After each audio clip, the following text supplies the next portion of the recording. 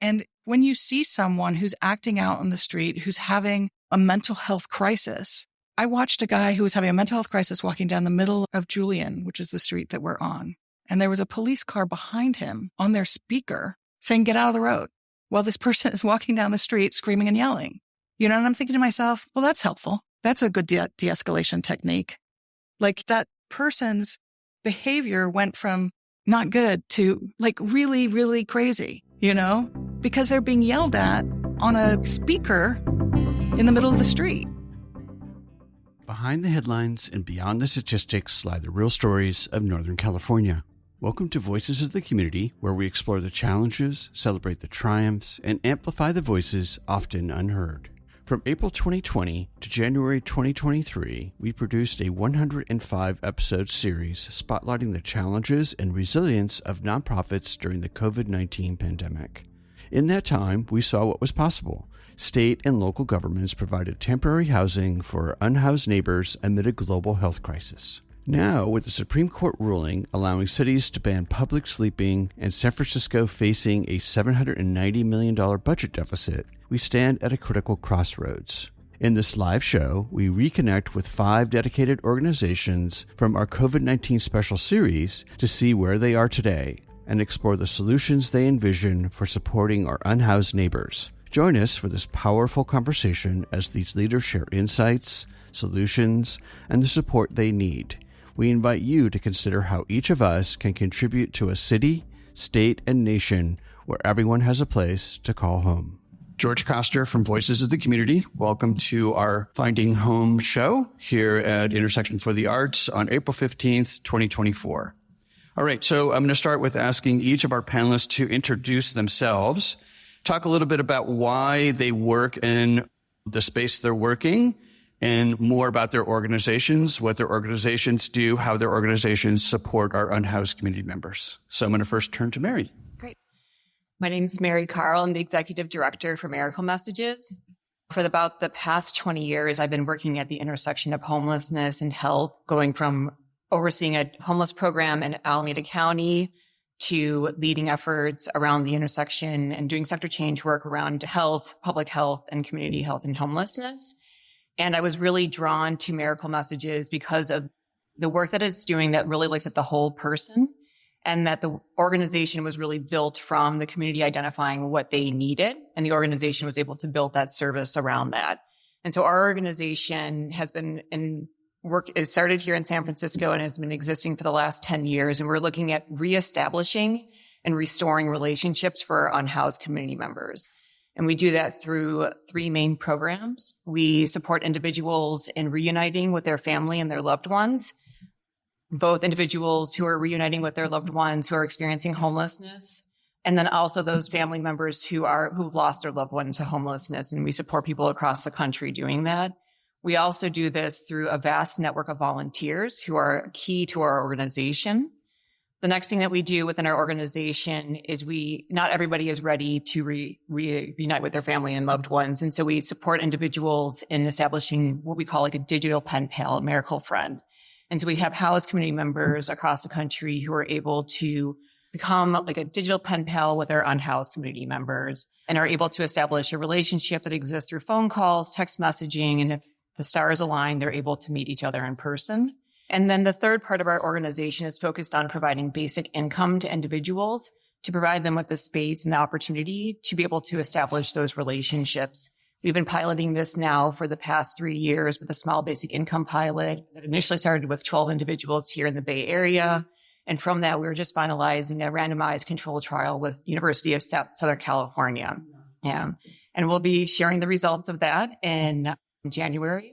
And I'm excited to say that we will be continuing to be able to expand this work over the course of the next 3 years and really understanding how does basic income become the plus to establish relationships and to support individuals as they move from homelessness to housing and to maintain that housing. And then where we are, we've been able to expand our work to be able to provide the basic income during the pandemic and be able to really support individuals at a time where isolation has been challenging. Two of our friends were able to participate in this program during the pandemic. And Ray and Jenny were one of the participants who came here and were able to share how their relationship expanded and deepened during the pandemic and as part of the basic income work. And life has transitions, homelessness and people's lives have different transitions. And Ray, unfortunately, this past year did transition. But Jenny, his miracle friend, was able to be at his bedside during that transition in his life. And so it was just a really important piece for us to, throughout one's journey, these relationships are able to help support people. And that's all I have to say. It's in. Hi, Sammie Rayner, co-chief executive of Community Forward San Francisco. And we are actually a longstanding organization, been around since 1978. And we really look at providing services along a whole continuum of care for some of our most vulnerable unhoused neighbors. So that looks like two core populations that we serve. Women, anyone who identifies as a woman, as well as those with acute medical or mental health necessity. And so in practice, on any given night, we have as many as 215 people under one of the 5 different roofs that we have. And that can be services as immediate as a drop-in center for women, the only drop-in center where a woman can go in the middle of the night that will not ask questions and will take her in and provide her safety, all the way up through we offer permanent supportive housing as well. And so along kind of these two pathways, the women's pathway and the medical and mental health pathway, there's increased opportunities for stability. So from that immediate need to a medical shelter where I can get support with, say I had a major surgery, our medical respite facility can offer stabilization. And really where we're pushing and looking is how can we help people meet their goals for themselves and push and help people push themselves toward housing stability. So in a given month, we could see as many as 600 or more guests across our programs. And I think just kind of reflecting on George, we had met during the pandemic. I think one of the traditions of Community Forward that's unique is we really respond to crisis. We were one of the city's first agency to run the homeless outreach team, the HOT team, because we recognized San Francisco needed a street response and outreach program. Later in early 2000s, we said, no one's doing a drop-in center for women.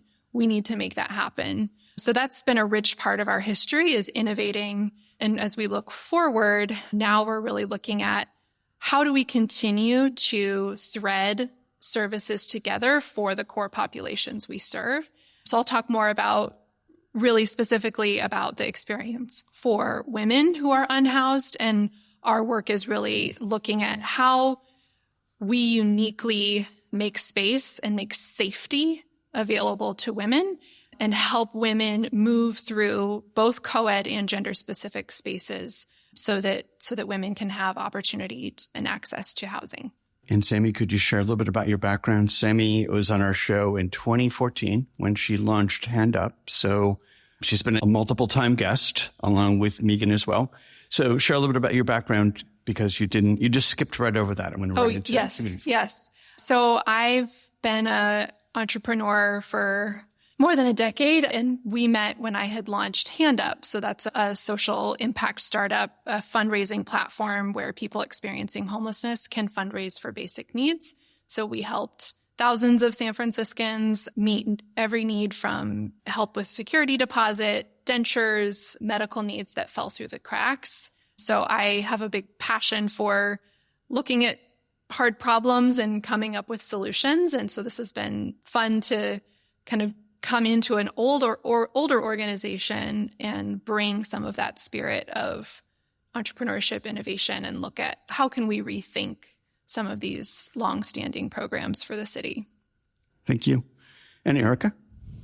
Hi, I'm Erica Kisch. I'm the CEO at Compass Family Services. I'm a licensed clinical social worker by training. I've been in social services pretty much all my career, and even before that.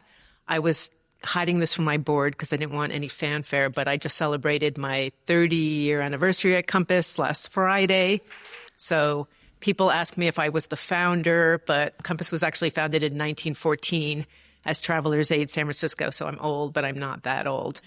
And before that, I founded an organization called the Homeless Children's Network that is still around and functioning. So Compass, our mission is to help families that are homeless or at risk of homelessness to achieve housing stability, economic self-sufficiency, and family well-being. We have a broad continuum of programs, and it's growing and expanding as we speak. This past fiscal year, we served 9,628 parents and children, which is a heck of a lot. And obviously, we're going to exceed 10,000 this fiscal year. And it's pretty crazy and not in a good way. So our services are really pretty broad. We're very responsive to need as things change. In the housing realm, we're the Central City Access Point, which is in Civic Center, a family facing a housing crisis. That's how they get into the system, get shelter or problem solving or whatever the services are that are available. Unfortunately, right now, there's more than 530 families waiting for shelter. We've launched a new hotel program funded by the city that's going to be the overflow to the family shelter system. And we're ramping up to 130 hotel rooms for families, which is kind of mixed because I've been around long enough that things kind of come full circle. Back in the day, we just wanted to get out of the hotel business for families because that's not a great place for children to be raised. But right now, it's better than being on the streets. We run permanent supportive housing at the Margot over at 10th and Mission with our partners Dish and Citywide. And we have a large portfolio of rapid rehousing, different contracts that work in different ways. Some are time limited and some are permanent. And the subsidies are all over the city. Then we have a very large behavioral health program supporting families that have trauma, which is a good portion of our families. And our goal is therapy on demand, not like, here, get on a waiting list and we'll call you in 6 months. Because when the crisis is now, the crisis is now. We run early childhood education programs for homeless and low-income kids. We do childcare placement for families that are homeless. We have workforce development services and a whole host of other services for families. And we've been just growing and growing the last 2 fiscal years in crazy ways to just try to keep up with the need that is so great. Thank you, Erica. And Meghan? Thanks, George. So my name is Meghan Freebeck. I'm the director of Simply the Basics. My background is I managed a homeless shelter in Chicago for a few years until moving to San Francisco about 12 years ago. And when I moved here, I took a role as the director of San Francisco Suicide and Crisis Prevention. And it was there that I really came to realize that so many of the people that are facing a crisis, a strategy when somebody is facing a crisis is you can't really respond to them by saying, great, let's solve all of your problems on this phone call. What you do is you connect someone back to their basic human feelings. And oftentimes that's asking someone if they had a meal today. You asked if we had breakfast today. Did you take a shower today? And what was really challenging was we would receive about 300 phone calls every single day from San Franciscans, and over half of them could not respond that they'd been able to access these basic human needs. So these tools that we use to de-escalate, to feel human, to then think about how you could reach these other goals and other needs in your life were simply inaccessible to people. And that was really frustrating. And then I would leave such a hard day job and walk home and find that my walk home was actually the harder part of my day. I think a lot of people in San Francisco and all across the country sadly feel this way. So what I did was I founded the organization Simply the Basics, and we really focused on let's help people just to have access to those needs. We can't expect someone to focus on a greater goal if you don't have your basic human need. And we actually surveyed over 80 organizations in the Bay Area. Almost all of these organizations participated in that survey, so thank you very much for doing that.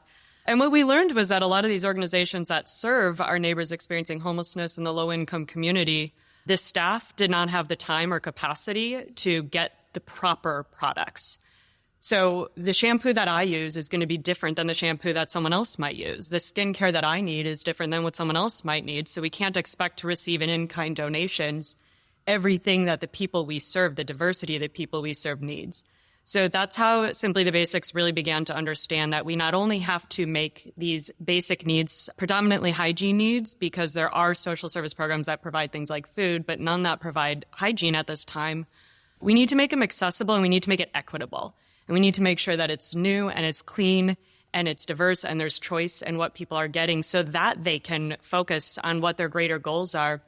And so that the staff that are serving them, providing housing and mental health and family connections and safe rest so that these organizations can work on that.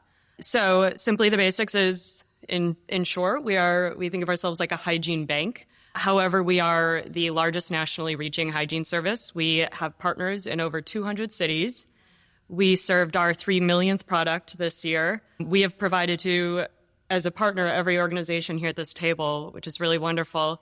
And we found that 67% of the people we serve reported physical health conditions that are preventable with access to these hygiene needs. So that's our goal. That is really what we're trying to do, is to improve that physical health that comes when you don't have access, to improve the feelings of wellness and dignity when you do have access, to make sure that you have choice, to save our partners time. We saved on average 8 hours of staff time a week last year for all of our receiving sites, because when you're not focused on trying to secure tampons or textured hair shampoo, you can focus on your client's job readiness and mental health and housing programs. So that's what Simply the Basics does. We really believe in a collaborative model. We really believe in working with our partners, working with our receiving sites, and letting the people we serve tell us what they most need so that they can focus on their goal. Thank you, Meghan. And Lydia.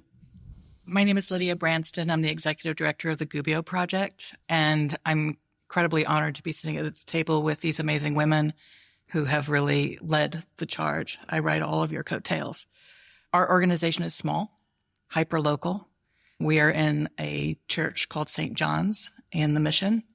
And what we started with 20 years ago, off the idea of Father Louis Vitale and Sister Mary Little, was opening up church spaces for people to be able to sleep during the day. That people who were sleeping out on the streets in the Tenderloin while churches were sitting empty was something that seemed untenable to Father Louis, who was a fabulous activist in his life. And it was a radical idea, and it still is. There's churches and synagogues and mosques and temples all over the city that sit empty all day long while people are sleeping out on the street. St. John's has a beautiful courtyard as well. So what we do is we open the doors and we welcome people in. People can sleep in the church. People can hang out in the courtyard. We serve coffee all day and snacks. We have bathrooms. But after the pandemic, one of the things that we saw was that the people's need was greater than we were providing. You know, that people were coming to us experiencing extreme neglect, with mental health issues, with illnesses, with issues of substance use disorders. People were dying at rates that were alarming. Folks who had been in the community using drugs for decades were dying. Decades. And this has to do with a condition that wasn't being addressed, you know, and an idea that in somehow law and order was going to solve what is a public health issue, right? And so we couldn't stand by and just say, well, you can sleep here, right? While our philosophy is grounded in the fact that without rest, there is no healing, that in order to be able to heal, in order to be able to work on yourself, in order to be able to have a conversation even, you have to be rested, because exhaustion is a form of mental illness in itself. We started to work on building partnerships. We were a very small organization with almost no funding. We moved from a Catholic church to an Episcopal church and so we lost about 80% of our funding because we no longer had a connection to the Catholic funding pool. And we've spent the last 4 years essentially doing a partnership with a purpose, working with Simply the Basics, working with the Department of Public Health, working with the Department of Homelessness and Housing, working with the street teams. That includes HSOC. It's complicated, but if you have people who are moving folks off the street, I want to know when they're going to do that. I want to know that they're coming with resources. I want our folks who are on the street to know that this is going to happen and what they should be prepared for. And knowing that they often had the keys to the housing. The street to housing program came through DPW and DPH. So we were like very, very strategic in making partnerships. We are now a drop-off space for the crisis team. Crisis team brings folks to us. We're a drop-off space for Department of Public Health. We're a drop-off space for BART Police, SFPD. People come to us because they like being in our space, not because they're going to be, put through a system, but rather they just like to be there. So Hot Team comes every morning, the homeless outreach team, and checks in. They give us a list of people that they need to connect with. If we see that person, we call, It's a really simple idea, but it's one of the things that's really lacking in this city is spaces for people to just be. Even those folks who we do connect to housing come back to our space. Because putting someone in a home that may be on the other side of the city from their community is often challenging as well. And we have a lot of things we can talk about in that arena. But yeah, I am excited to be here today, and thank you so much. Thank you, Lydia. So just want to back up for one moment because you've just heard 5 really wonderful individuals who've devoted their lives to helping our unhoused neighbors. If you'd like to dive into each of the backstories, if you will, of the organizations, why I brought the 5 guests together today was we actually featured them from 2020 to 2023. January 23, we produced 105 episodes on how COVID-19 was impacting nonprofits, small businesses, our local government, and then, of course, our public libraries. So each of their organizations have a full story that we featured back during the depth of the pandemic. So you're welcome to go back and dive into each of those organizations because there's so much more, and we'll get into that. So I really wanted to bring them all back together today because here we are in the new market dynamic in the post-pandemic time where funding is harder, politics have gotten rougher. We now have a Supreme Court justice decision that allows cities, counties, and states to just move people from point A to point B, which we know historically does not work. And so I really wanted to bring everyone back together today and just kind of share from each of their perspectives how they're dealing with the new, post-pandemic, which is all still here, fundraising and community engagement, and then what they see the Supreme Court justice decision is impacting their work, along with, we'll get into their recommendations and solutions, and then how you can get engaged. So let's start backwards. I'm going to start with Meghan. Sure. So, just speaking to the change, the shift we've seen since the pandemic, as you mentioned, and you did bring up funding, we did see, a brief time, people really reach out and support organizations, I think, in a big way when the pandemic occurred. However, it's nothing compared to the increased need that we saw. So I will only speak for my organization, but I have a feeling that it's probably echoed a lot in everyone's, which is for every person that, something that's interesting about Simply the Basics is I've been saying for a really long time that hygiene health is public health. And then finally people believed me that it was important to make sure everyone can wash their hands and be clean and have access to these basics and be indoors and be safe. So while it was nice to not have to convince people anymore, we saw almost quadruple the amount of people reach out to us for support that were not unhoused, but simply lost employment, simply their income changed, simply their needs changed in their household. So it has been a struggle. We're entirely privately funded. So we really do rely on the support and generosity of the community.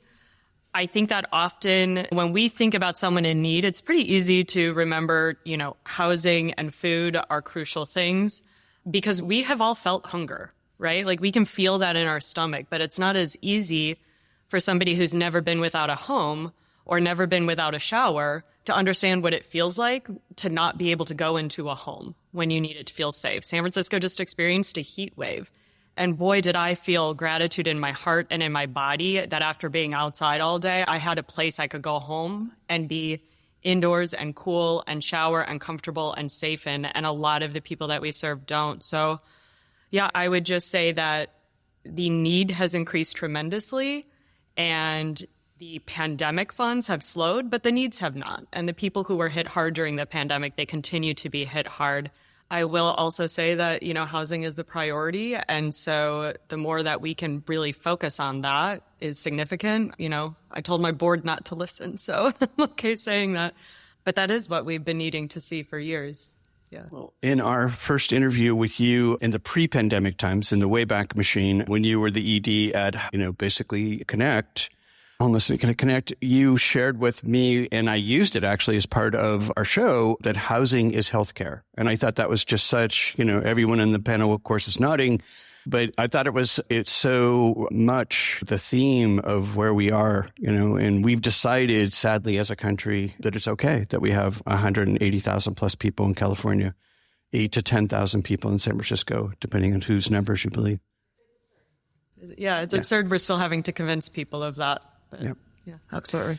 So, Erica, I want you to share a little bit about how you've been working with families. As I shared with everybody when we were doing a little pre-walkthrough, my wife's a teacher, and, a very large percentage of her students, from pre-K to fifth grade, live in shelters or RVs, and some of them are lucky if they can get into a safe place. But I'm not sure if you know the statistics of what's the percentage of unhoused community members that are actually families and children. Yeah, I think about a third of homeless individuals are in families, and that's parents and children and toddlers and infants and pregnant people who have no place to stay. Just kind of the conversations take me back, and I'm sitting here thinking about that COVID time and the response. And boy, that was a terrible time. And I could not have been prouder about how Compass kind of turned everything upside down and showed up to deal with the pandemic and to do things in incredibly creative ways to support families in terrible need. Like from day one of, the shelter in place, families unable to feed their kids and unable to pay their rent, and all those jobs that parents typically do were going away, in the hospitality industry and in restaurants and, doing housekeeping in people's homes. So it was just pretty unbelievable, as we all know, but we did so much, and our fundraising, COVID was good for our fundraising, I have to say. And our fundraising is not necessarily suffering right now, but what everyone's saying is the need has increased so tremendously. So from 2019 till now, the number of families seeking our services has increased 100%. And in the last 2 years, they've increased 36%. We can have 150 families coming through the doors of our Family Resource Center. We have one of 2 Family Resource Centers in San Francisco specifically targeting families that are homeless. And 150 families coming through the door, looking for support, looking for services, looking to have their basic needs met. And it's just been a struggle to maintain the quality when you're trying to handle the quantity. So that's something that, we've really been trying to figure out. But the pandemic ended, but it didn't really end for the families we serve. So many jobs that never came back, the price of food, the price of gas, and then the public supports that kind of snuck away. Everyone got used to, okay, we can reduce the child poverty rate to 7.5% from 19% if we, have this CalFresh and this eviction moratorium and the tax credit. And that really worked. That was working, but, those were removed. So little by little, families that were kind of stabilizing themselves with these extra things just becoming destabilized. So I just want to follow up because I think one of the things that I realized in talking to all of you and or your organizations during the pandemic and so many other nonprofits is obviously the pandemic accelerated all of the causes that were out there for decades. But I love the fact that, we said we couldn't do things like, hotel and motel rooms, and then we magically did it. We said we couldn't, stop evictions, and then we magically did it. So, share, I know you just finished that you're back into hotels and motels, but if you participated in Project Home Key and all of that during the pandemic, what were some of the findings that you came out of that? Yeah. One of the things we did, there were so many things to support families during the pandemic, is we stood up a hotel. You remember that hotels weren't being used for their normal purposes. So there was a vacant hotel that we were able to rent all the rooms in. And the prioritization, and it's hard to even remember this because I've tried to kind of block it out, but the prioritization for families was more about like if there was some kind of special medical need. So, but who doesn't have a medical need when you've got children and babies and you're pregnant during a global pandemic? So we took 30 families that were sheltering in place in like storefronts or on the street, and we put them into this hotel, completely privately funded. You know, we set up a meal system. We brought in case management. We did this with a couple of partners, and we committed to not one of those families was going to be exited to the streets at the end of the shelter in place. And we were able to pull that off. And we put this in place in like a couple of weeks. So it can be done.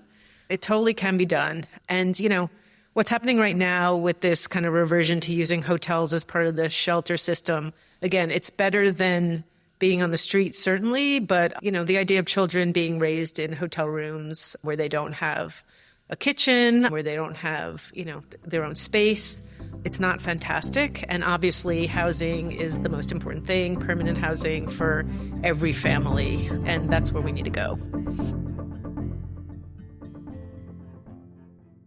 As we reach the heart of our conversation, let's take a moment to thank the sponsors who make this show possible. Their support allows us to spotlight the organizations and individuals dedicated to addressing homelessness and uplifting our community. This discussion is only possible through the backing of these wonderful sponsors and by viewers and listeners like you, who believe in building a more inclusive and compassionate society. Voices of the Community is made possible by generous support from the Zillerbach Family Foundation, dedicated to ensuring vibrant work is created, new voices celebrated, and diverse communities have opportunities to thrive. Learn more at zff.org. Voices of the Community is also supported by the Peaceful World Foundation, fostering a culture of global peace through hosted conversations and education. Discover more at peacefulworldfoundation.org. Thank you for supporting today's episode. Now back to our panel as we continue exploring the pathways and partnerships that can make housing and resources more accessible to our unhoused neighbors. Thank you. And then, Sammie, I really want you to dive a little bit deeper on a couple of things. One, women and the impact of being unhoused and, for women in our community, but also a big component of that is spousal abuse as well. Besides everyone thinking it's mental health, it's drugs, et cetera, that's a big driver of it. So I want you to share about that and share how someone who comes into your system, what is the steps for them to reinvent, if you will, their lives? Yeah, thank you. And October is Domestic Violence Awareness Month. So yeah, important time to just be educating ourselves because it is much more prevalent, I think, than that. It's an issue that gets hidden very easily. And kind of putting all of this in context with the pandemic, we saw a rise in homelessness among women and anyone who identifies as a woman, as well as our gender nonconforming community through the pandemic. Homelessness has been on the rise at double the rate among women and girls as among men and boys during the pandemic. And a huge driver of that is, all these things Erica's talking about, loss of key family resources, women having to stay home, and increased stress in the home is, creates this really scary reality and nowhere to go, right? Like having to be home all day long, even, a woman who is in an unsafe relationship who could go to the store, go to work, like have a break from a violent situation isn't getting that space. And we are seeing on the other side of that, the impact, and through the pandemic, seeing not just who you think of as who's like an unhoused homeless woman, but, talking to our guests who are, one woman who was a substitute teacher and she was sleeping at our drop-in center because she had nowhere else to go.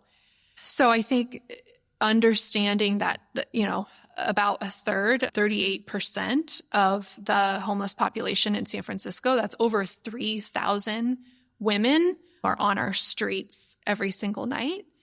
And we what we're really working on is how can we increase the level of investment in women-only spaces.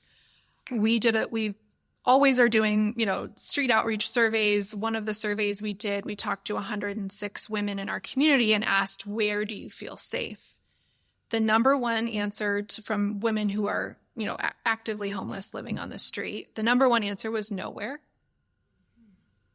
The number two answer was with other women. And so we at Community Forward have really, we have been the place and the safety net that will, take women, no questions asked, no wait list, meet that need. And we really are trying to chart a path forward so that we have more of those spaces. Because right now, only 5% of San Francisco's homeless response system, so that's shelters, transitional housing, permanent housing, only 5% of the spaces are gender specific. Not that gender specific is the answer for every single woman, but I think we need to give a little more than 5% to say that we're seeing this population and they are not seen in the point in time count. A woman surviving on the street is not going to be seen in the middle of the night. She is actively going to hide or look like a man, to disguise herself to be safe, because 80% of unhoused women report abuse as one of the causes of their homelessness.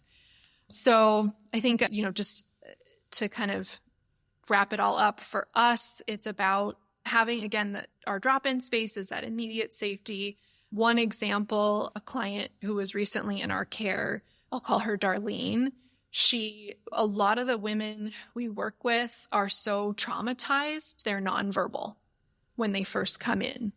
And so they're not able to come in and say, yes, this is exactly the 5 services that I need. It's about community and it's about rapport building and relationship building to create opportunities to engage further. And so our amazing director at our drop-in just, had this eye on her. She sat in front of the director's door every day and just slowly built that rapport, realized that she actually qualified and was a great fit for our transitional housing program. And so she was able to move from that kind of emergency overnight space into our transitional housing program that has much more robust services, mental health support. We can help you with workforce readiness. We can help you look at your benefits that you should be getting, really come around our guests with a holistic approach and support of services. But yes, definitely, I think one more stat, because it is Domestic Violence Awareness Month. 1 in 4 women will have an instance or will experience an instance of violence or assault in their lifetime.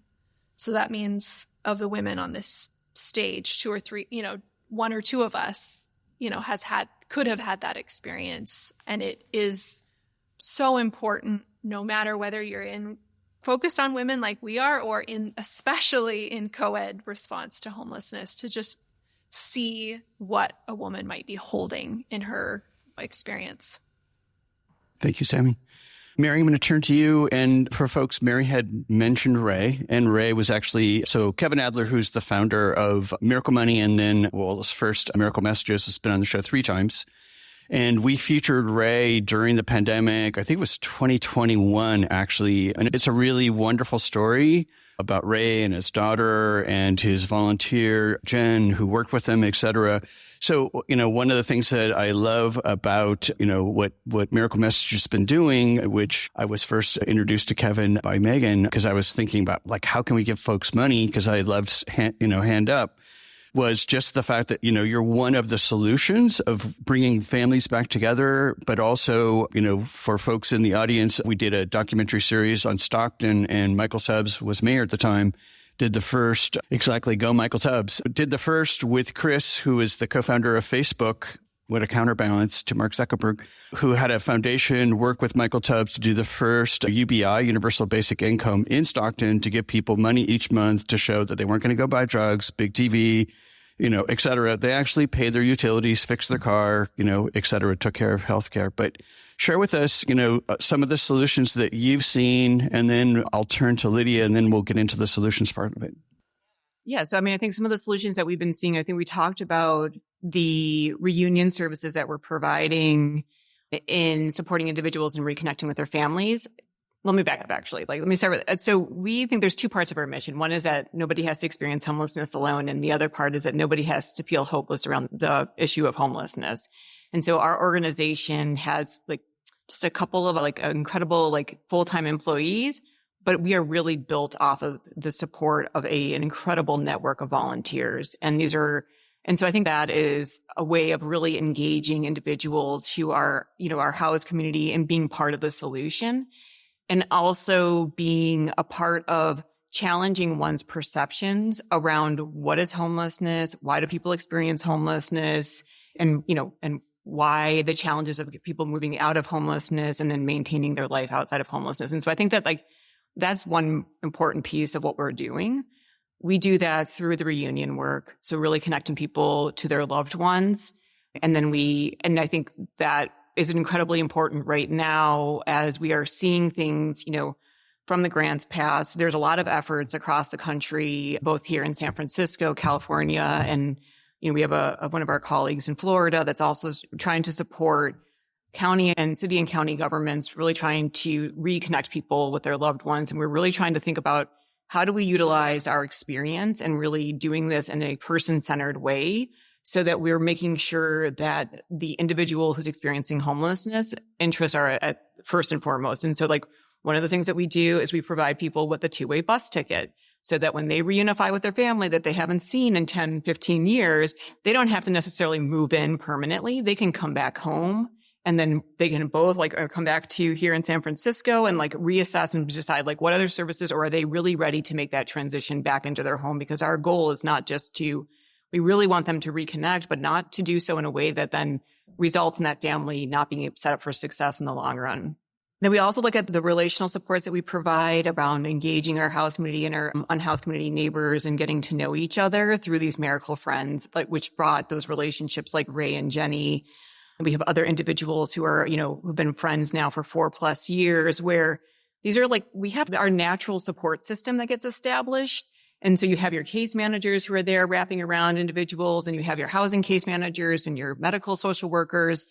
But who are you going to call and talk to? You're not talking to your case manager about how, what are all of those intricate little things that you need to do in your life. And so our friends are able to come in and be literally that, the friends and family for individuals. And so that leads to opportunities for people to be supported in gathering, as they moved into housing in Hayward and they don't actually have access to transportation, how are they able to navigate getting those food delivered to their home?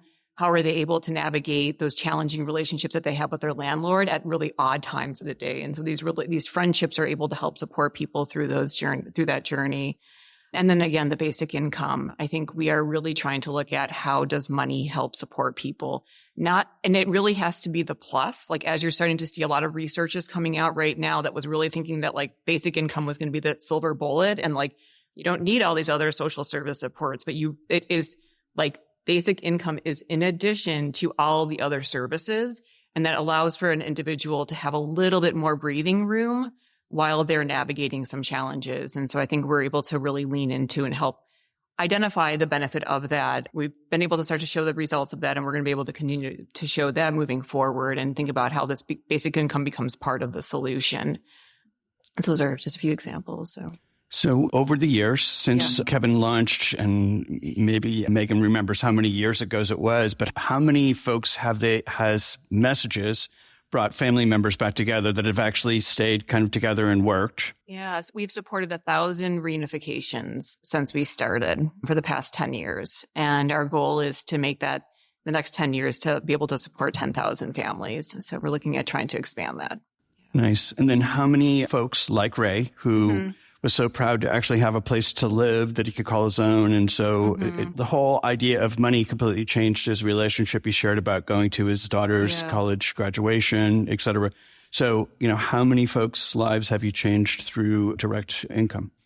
Yes, we've supported just under 140 individuals in getting basic income supports since we started.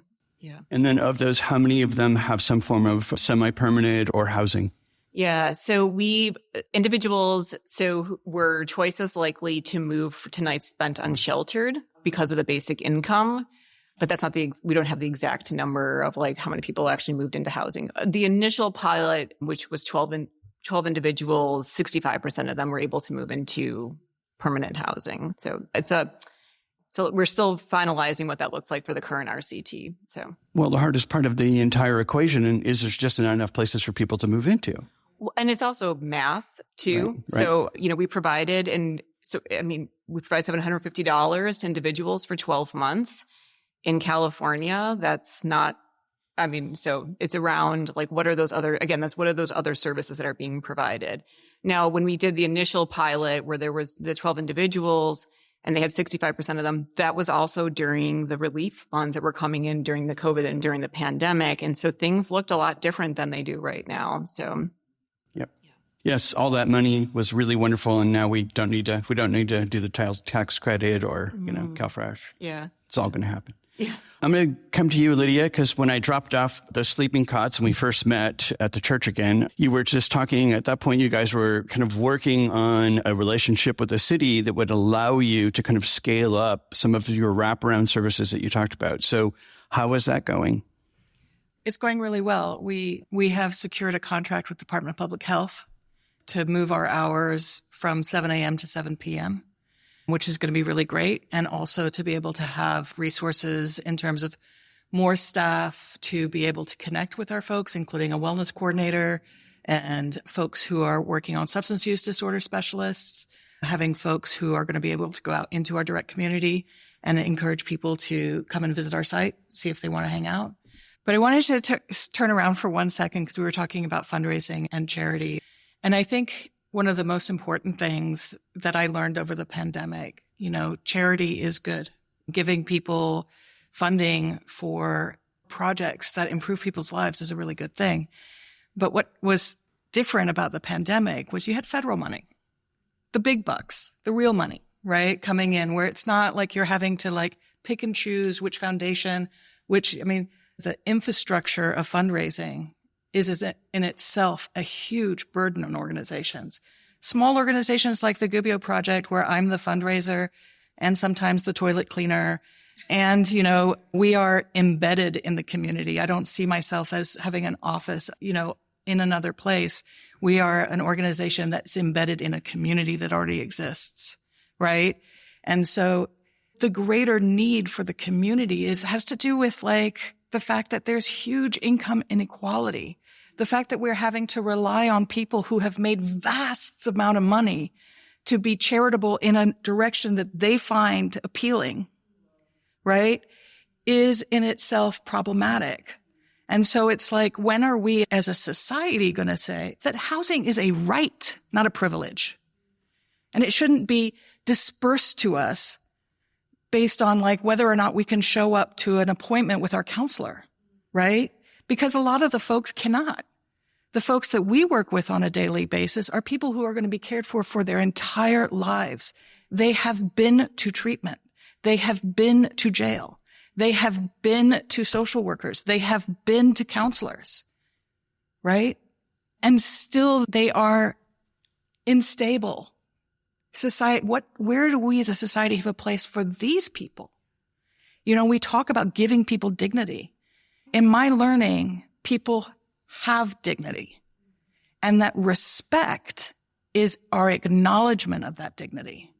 And so when I say we're embedded in a community that already exists, I didn't create this community. I opened the doors and allowed the community to come in and said, what do you need? Right? And I think as a society, when you ask, what are the solutions? It has to do with a sea change in how we see people, that people aren't a burden. When you walk down the street and you see a group of people using drugs together, people are like, oh my God, look at those people. They're all using drugs. They're just feeding off this. The language that's used about people. This is still a community. And the vast amount of people who have overdoses reversed are done by other people using drugs with them. People use drugs together for safety. We talk about drug use, but we don't talk about the cause. Why are people wanting to be obliterated? Why? They didn't wake up that way. My kid's 16. Thankfully, she doesn't use drugs yet. Hopefully never.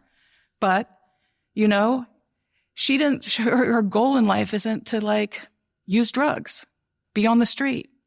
She has goals. All of these people have had goals. They all had desires and they have different challenges. And I think the way we show up, not just as community organizations, but as a society needs to change, you know, and that's a huge ask, but we saw it during the pandemic, right? So, and like you said, all of those things that helped us, the money for food disappeared, right? The money for the housing in the hotels disappeared. All that tap was turned off. I mean, I sat in a meeting with City Hall where they were talking about, hey, the tap is turning off. We're going to have a huge budget deficit. We can do it. So if you want to know how to change it, you actually have to want to change it and not continue putting Band-Aids on it. Thank you. Wonderful segue to the next part of our conversation. I'm going to turn to you, Erica. So the focus on this part of the conversation is from our panelists, from their perspective and where they sit, and, you know, what are some of the solutions that they have seen, worked on, would like to see. We're in an election season, obviously. We have stuff coming up on the state and the city and county ballot. So what are some of the things that you've done, that you'd like to do, that you'd like to see the city and county do to support our unhoused families?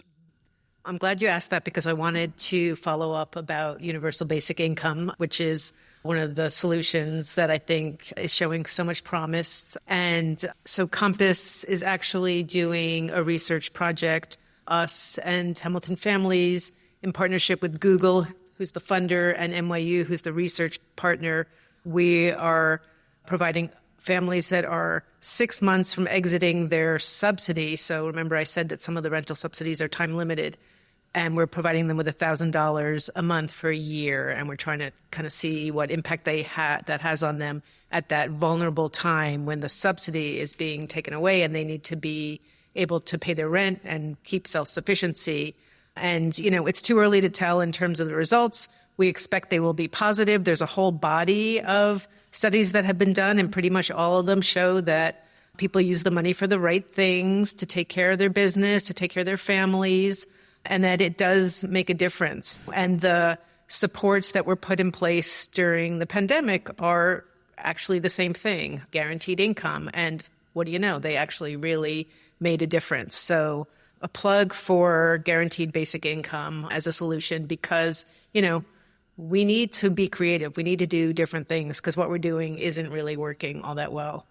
Another thing that we did this past year is we were very involved in trying to challenge the homeless count for families, which was always just ridiculously underreported. So if we've served almost 10,000 families in a year and there's 113 classrooms worth of homeless children in San Francisco Unified School District, how could the homeless count show that there are 130 families in San Francisco that are homeless?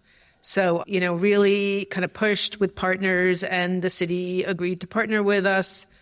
And so we came up with a count that was 90% higher than the previous count, but we also still know that it's extremely undercounted nonetheless. But, you know, right on the heels of that information being released, Mayor Breed unveiled her Safer Families plan, which does bring more resources to play for addressing family homelessness. So that was definitely very affirming and inspiring, and we need to keep at that.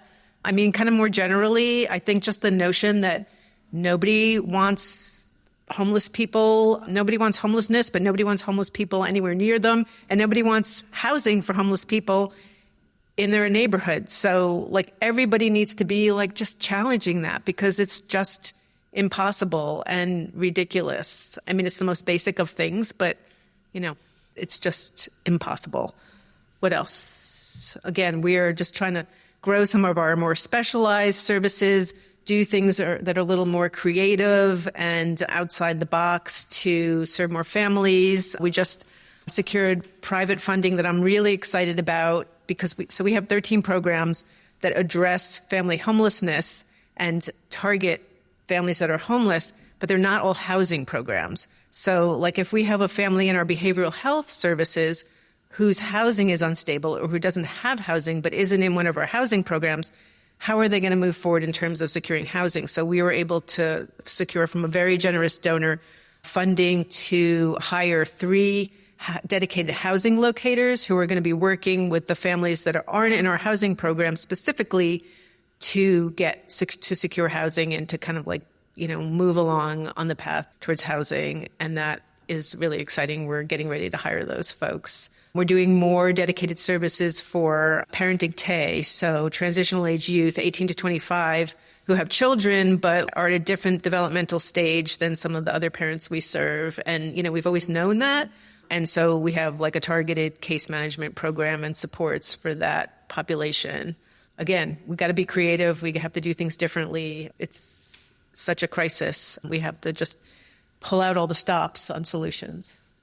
So follow up 2 things, Erica. First, from your vantage point and your own data, what is a realistic number of unhoused families in San Francisco right now? It's so hard. That's like, I've been doing this so long and it's such a disgrace that I can't really answer that question easily because, there's the HUD definition of homelessness and then there's the San Francisco definition of homelessness, and they're not the same. All the families in SRO hotels that are doubled or tripled up living with friends or family, those aren't counted in the HUD definition. They are counted in the San Francisco definition, but none of those families will ever make it to the top of the list so that they can get shelter or housing because there's so much need. So even though they are technically homeless by San Francisco definition, they will not get the services they need. So I'm evading your question. No, it's hard. I mean, in diving into it, because I'm a data junkie as well, I mean, one of the numbers I found really fascinating is 6 out of 10 folks in the latest point of count were residents of San Francisco who used to have housing who are now unhoused. Yep. Right. So, I mean, It's just, the people, the narrative that, people are coming from out of town because they want to, utilize all of our social services, et cetera. I mean, these are San Franciscan residents who, became unhoused. A lot of them are seniors. A lot of them are people of color. A lot of them are women, et cetera. Yeah. And I live in Oakland and it's really the same thing, people who grew up in Oakland, and there's so much kind of movement between the East Bay and San Francisco, so it's hard to really say Oakland, Berkeley, San Francisco. It's all kind of one big community, but they grew up and now they're on the streets because they can't afford to live there anymore. So is there something, some piece of legislation, because now everybody's throwing out candy to become the next mayor, right? So is there some piece of legislation or some legislation that you would like to see that the supervisors and whoever happens to be the mayor can do? Or is there anything on the ballot here in 2-3 weeks that people can vote for that would actually change it on the street? Well, there needs to be more permanent housing. There needs to be more permanent housing. And there's a lot of, I think, kind of back and forth about shelter, no housing, no shelter, no housing. But we actually need all of it. We need both of it. And the other area that, folks should be paying attention to is this, the grants pass decision and the idea that if you don't have a place to live, even though we're not going to let you live anywhere near us, you don't have a right to exist.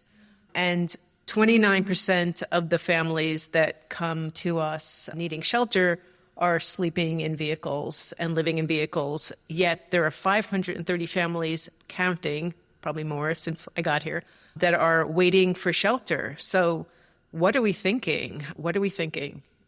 Thank you for joining us in this essential conversation about the realities and solutions for homelessness in San Francisco. We invite you to further support the impactful work of the organizations represented by our panelists today. These organizations work tirelessly to provide critical services, advocate for meaningful policy changes, and contribute to building a more equitable and compassionate society. To learn more about our panelists and their organizations, visit voicesofthecommunity.com and click on Making the Invisible Visible to explore Episode 1. While you're there, subscribe to our newsletter to stay updated, and if you feel moved by our conversation, please consider supporting these efforts by donating or volunteering. We've also created a YouTube playlist featuring our past interviews with each organization participating in today's live panel show, which you can find on the Making the Invisible Visible Episode 1 page, or simply search George Koster on YouTube to dive into the playlist and learn more about each organization's unique approach and contributions to supporting our unhoused neighbors. Mark your calendars and join us again on December 7th for part 2 of our live panel discussion, Finding Home, where we will take a deeper look into the experiences, services, and solutions that support our community members on their journey towards stable housing. Together, we can make a difference for our unhoused neighbors and work toward a San Francisco where everyone has a place to call home. Today's episode was made possible through our amazing technical crew, audio and video wizard Eric Strada, and our co-production partner, Bayvac Media, and their wonderful team, Paula Argoni, Annie Kunami, Siobhan Giles, and Clay Go. And thanks to Casey Nance from Citron Studios for the graphics magic. A special thanks to our broadcast partners who help share these important conversations. KSFP LPFM in San Francisco, KPCA LPFM in Petaluma, Petaluma Community Public Access TV, and Bayvac Media's SF Commons Public Access TV. Thank you for your commitment to amplifying diverse voices and perspectives. Please support these partners and our mission by tuning in and spreading the word. Voices of the Community is made possible by generous support from the Zellerbach Family Foundation, dedicated to ensuring vibrant work is created, new voices celebrated, and diverse communities have opportunities to thrive. Learn more at zff.org. We're also supported by the Peaceful World Foundation, fostering a culture of global peace through hosted conversations and education. Discover more at peacefulworldfoundation.org, and we'd love your support to continue to make shows just like this one. Go to georgekoster.com and click on the donate button. Take Voices of the Community with you on the go. Subscribe on Apple Podcast, Spotify, or your favorite podcast app. Enjoying the show? Please rate and review us. It helps more people discover these important stories. Watch past and future episodes on YouTube by searching for Geo Koster. Have feedback or ideas? We'd love to hear from you. Email George at georgekoster.com. I'm George Koster from San Francisco. On behalf of our team, thank you for joining us. Until next time, remember, your voice matters.